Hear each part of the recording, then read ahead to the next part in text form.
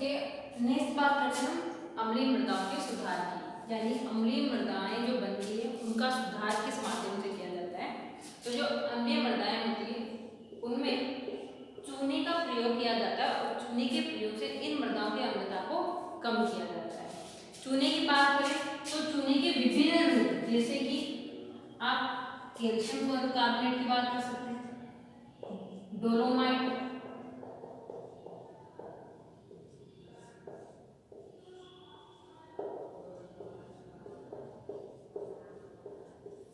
का प्रयोग किया जा सकता है,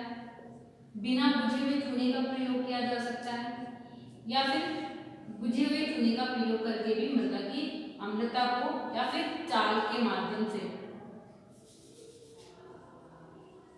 यानी चाल के जिसे हम खड़ियां भी कहते हैं, माध्यम से मृदा की अम्लता को कम किया जा सकता है।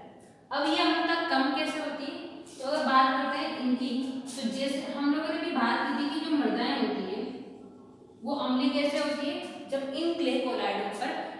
क्षारीय तत्व जैसे कैल्शियम, मैग्नीशियम, पोटेशियम के स्थान पर अम्लीय तत्व चाहे हाइड्रोजन हो, एल्यूमिनियम हो या आयरन की सांद्रता बढ़ जाती है, इनका अधिशोषण बढ़ जाता है, तो मृदाएं कैसे हो जाती है, अम्लीय हो जाती है। तो जैसे क्ले कोलाइड पर हाइड्रोजन की मात्रा बढ़ी, मृदा कैसे हो गई, अम्लीय हो गई। इन अम्लीय मृदाओं में जब आपने चूना युक्त पदार्थों का प्रयोग किया, जैसे कि फॉर एग्जाम्पल हम कैल्शियम कार्बोनेट की बात करें, तो जैसे आपने इन अम्लीय मृदाओं में चूना युक्त पदार्थों का प्रयोग किया, तो चूना युक्त पदार्थों का प्रयोग करने से ये कैल्शियम इस हाइड्रोजन को यहाँ से हटा देगा, और जैसे हाइड्रोजन आयन क्ले कॉम्प्लेक्स यानी कोलाइडों से हटता है तो मृदाएं कैसे हो जाती है, वापस उदासीन या क्षारीय प्रकृति की हो जाएगी, और ये हाइड्रोजन यहाँ से हटकर मृदा विलयन में चला जाएगा। कैसे, इस क्ले कॉम्प्लेक्स में जहाँ पहले हाइड्रोजन आयन था जो मृदा को अम्लीय बना रहा था, अब उसके स्थान पर कौन आ जाता है, कैल्शियम आयन आ जाता है, और जैसे कैल्शियम आयन यहाँ आते हैं तो मृदा की धनायन विनिमय क्षमता बढ़ जाती है, और बढ़ने के साथ साथ ये मृदा कैसी हो जाती है, उदासीन हो जाती है, और यहाँ से मुक्त हुआ हाइड्रोजन जल और CO2 के रूप में मृदा में मुक्त कर दिया जाता है या मृदा में स्वतंत्र छोड़ दिया जाता है। वैसे अगर हम बात करें डोलोमाइट की, तो अगर हम डोलोमाइट का प्रयोग अम्लीय मृदाओं को सुधारने में किया जाता है, तो जैसे हम लोगों ने कैल्शियम कार्बोनेट की बात की, वैसे ही जब मृदाओं में हाइड्रोजन आए, आपने उन हाइड्रोजन आयनों को खत्म करने के लिए यहाँ आपने डाला है डोलोमाइट।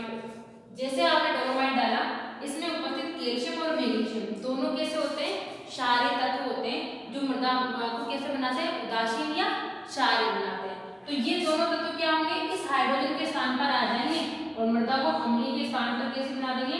उदासीन बना देंगे, और यहाँ से मुक्त हुई हाइड्रोजन CO2 के साथ जल और CO2 के रूप में मृदा में मुक्त हो जाएगी, और इस तरीके से जो अम्लीय मृदाएं हैं वो उदासीन या क्षारीय मृदाओं में परिवर्तित हो जाएगी, और इस तरीके से मृदा की अम्लता को सुधारा जा सकता है। ठीक है, अब चूने की बात करें तो चूना मृदा अम्लता को सुधारता तो है, साथ ही साथ ही मृदा की भौतिक, रासायनिक और जैविक तीनों क्रियाओं को भी प्रभावित करता है। अगर चूने के प्रभाव की बात करें तो पहला प्रभाव ये क्या कर देता है, मृदा की अम्लता को कम कर देता है।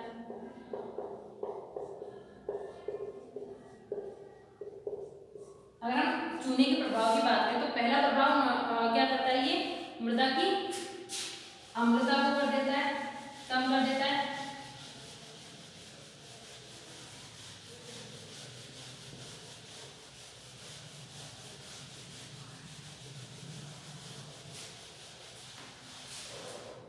दूसरा, चूना, जब हम मृदा में चूना मिलाते हैं तो अम्लता को कम करने के साथ साथ ये मृदा संरचना में भी सुधार कर देता है, यानी जो चिकनी मृदाएं होती है या जो भारी मृदाएं होती है उनको ये दानेदार बना देता है, जिससे कि मृदा की जल धारण क्षमता और वायु संचार दोनों क्या हो जाते हैं, बढ़ जाते हैं, यानी ये अम्लता कम करता है, साथ साथ मृदा की भौतिक अवस्था में भी सुधार करता है, जिसकी वजह से मृदा कैसे हो जाती है, दानेदार हो जाती है, और उससे मृदा का जल और वायु संचार दोनों क्या हो जाता है, बढ़ जाता है।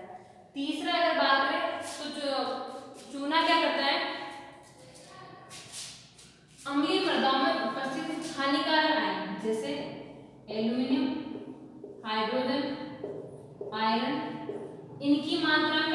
कम ही कर देता है। तो जैसे इनकी मात्रा में कमी होती है तो इनकी उपस्थिति के कारण अनुपस्थित होने वाले तत्व जैसे जिंक, कॉपर और फास्फोरस जो इनकी उपस्थिति के कारण क्या हो जाते हैं, अप्राप्य अवस्था में स्थिरीकृत हो जाते हैं, वो वापस कैसे हो जाते हैं, अवेलेबल फॉर्म में उपलब्ध हो जाते हैं पौधों को। चौथा प्रभाव ये क्या करता है, चूने के प्रयोग से मृदा में सूक्ष्म जीवाणुओं की संख्या में वृद्धि हो जाती है। चूने के प्रयोग करने से जैसे ही मृदा अम्लीय से उदासीन मृदाओं में परिवर्तित होती है तो उदासीन मृदाओं में विभिन्न प्रकार के चाहे बैक्टीरिया हो, चाहे कवक हो, चाहे एक्टिनोमाइसीट्स हो या और भी जो सूक्ष्म जीवाणु जो मृदा में क्या करते हैं, अपघटन का काम करते हैं, उनकी क्रिया में उनकी जो संख्या होती है उनमें वृद्धि कर देता है। पांचवी बात करें चूने के प्रभाव की, तो चूना क्या करता है, जब सूक्ष्म जीवाणु की संख्या में वृद्धि होती है तो मृदा में होने वाली नाइट्रीकरण व नाइट्रोजन स्थिरीकरण